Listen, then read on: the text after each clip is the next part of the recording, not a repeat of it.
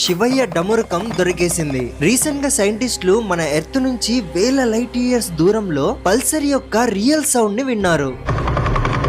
అది విన్నాక సైంటిస్టులే షాక్ అయిపోయారు. ఎందుకంటే అందులో నుంచి ఒక కాస్మిక్ సౌండ్ అనేది వచ్చింది. అది వినడానికి సేమ్ శివయ్య డమరుకం లానే ఉంది. అంతేకాదు కొరీనా నెబులా మన ఎర్త్ నుంచి 7500 లైట్ ఇయర్స్ దూరంలో ఒక స్ట్రక్చర్ పూర్తిగా శివయ్య లాగానే ఉంది. అంతకు మించి ఇప్పుడు మీకు గూస్ బంప్స్ రాబోతుంది. అత్యంత దూరంలో ఉన్న నెబులాని ఐ ఆఫ్ గాడ్ అని అంటున్నారు. అది సేమ్ శివయ్య మూడో కన్నులా ఉంది. చూస్తుంటే యూనివర్స్ మొత్తం శివుడే అన్నట్టుగా ఉంది. ఇప్పుడు మీకు ఆ రియల్ సౌండ్ ఆఫ్ పల్సర్ ని వినిపిస్తాను, వినండి.